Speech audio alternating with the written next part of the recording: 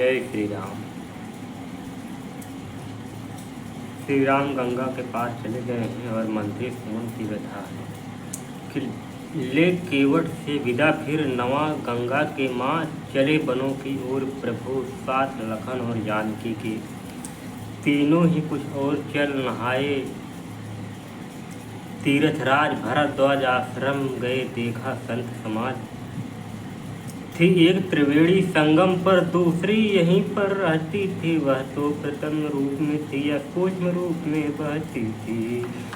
ऐसी उत्तम जगह में ठहरे कुछ श्री राम, रहता था सत्संग ही जहाँ सवेरे शाम।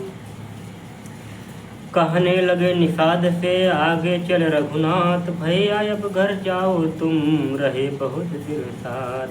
प्रभु के इस अनुरोध पर व्याकुल हुआ निषाद, विदा किया रघुनाथ ने देखकर भक्ति प्रसाद।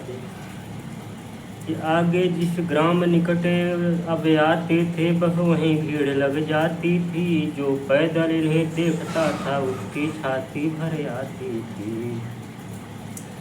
कि नर नारी सब यह कहते थे, दोनों विधि की गति उल्टी है।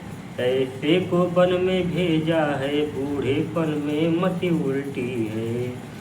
कि समझा देते थे कहीं लोगों को भगवान, भाई सुख या दुख है जग में एक समान है। और दूसरे ग्राम जब पहुँचे दोनों भ्रात, लगी पूछने नारिया सीता से यह बात कि क्यों जी आ रही, कहाँ से हो, किस जगह पहुँचने वाली हो। लक्ष्मी हो तुम किस केक घर की, किस आंगन की उजियाली हो।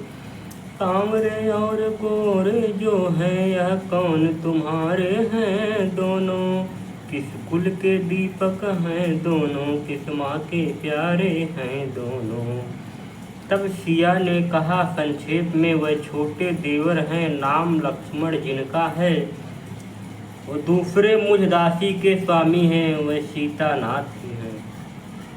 कि इस प्रकार करते हुए भ्रमण और आनंद वाल्मीकि की कुटी पर जा पहुँचे सुकंद। बोले श्री मुनिराज से, श्री रघुराज कृपाल ऐसी जगह बताइए जहाँ रहें कुछ काल। कि तब मुनि ने कहा चित्रकूट में करे निवास। तब चित्रकूट में बन गया सुंदर पर्ण, निकट ठहर गए रघुवंश मणि। सीता लखन समेत कि राज्य रहे आनंद में चित्रकूट भगवंत। अब वह सुनिए जिस तरह आया अवध सुमंत। कि पूछेंगे जब राम को दिन में लोग आसान, तब किस किस से कहूँगा मैं वियोग वृत्तांत। यही सोच कर रात में पहुँचा अवध सुमंत, रथ को द्वारे छोड़कर महलों में गया तुरंत। आकर जब ही सुमंत ने सादर किया प्रणाम, रागी सैया से उठ कहा कहाँ है मेरा राम। तब मंत्री समझाने लगे कि कहने लगे कि राजन रथ को मुझको विसार, नौका पर राम सवार हुए। मैं रहा देखता पत्थर सा, वे तीनों गंगा पार हुए।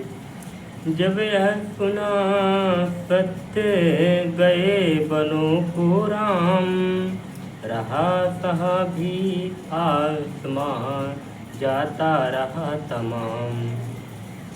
दशरथ जी तब बोल पड़े कि जब लखन गया रघुवीर गया, सीता भी गई साथ ही में।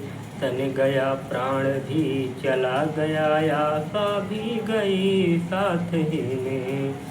कि दासी तुम अपना काम करो, रानी तुम अपना काम करो। हे रामचंद्र 14 वर्षों तुम वन ही में विश्राम करो। कि मूंदी खोली आँख फिर कुछ हुए अशांत, बोले कौशल्य प्रिय, सुना रहा हूँ एक वृत्तांत। कि दशरथ जी कौशल्या से समझा रहे हैं, कह रहे हैं कि मृगया के पीछे एक दिवस मग बिसर गया भेरा, मेरे सर के लगते ही हुआ करुण पुकार, किसी चुटुले मनुष्य की आई यह आर्त पुकार। कि पहुँचा तीर समान ही मैं जिस जल के तीर, काँप रहा था उस समय तमसा का था तीर।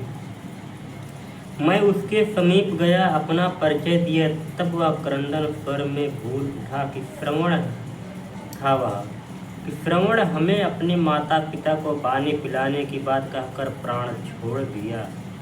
जब मैं पानी लेकर उनके माता पिता को पिलाने गया और जब उनको सच्चाई पता चली तो उन्होंने मुझे पुत्र वियोग में प्राण त्यागने का श्राप देके वो भी दिवंगत हो गए।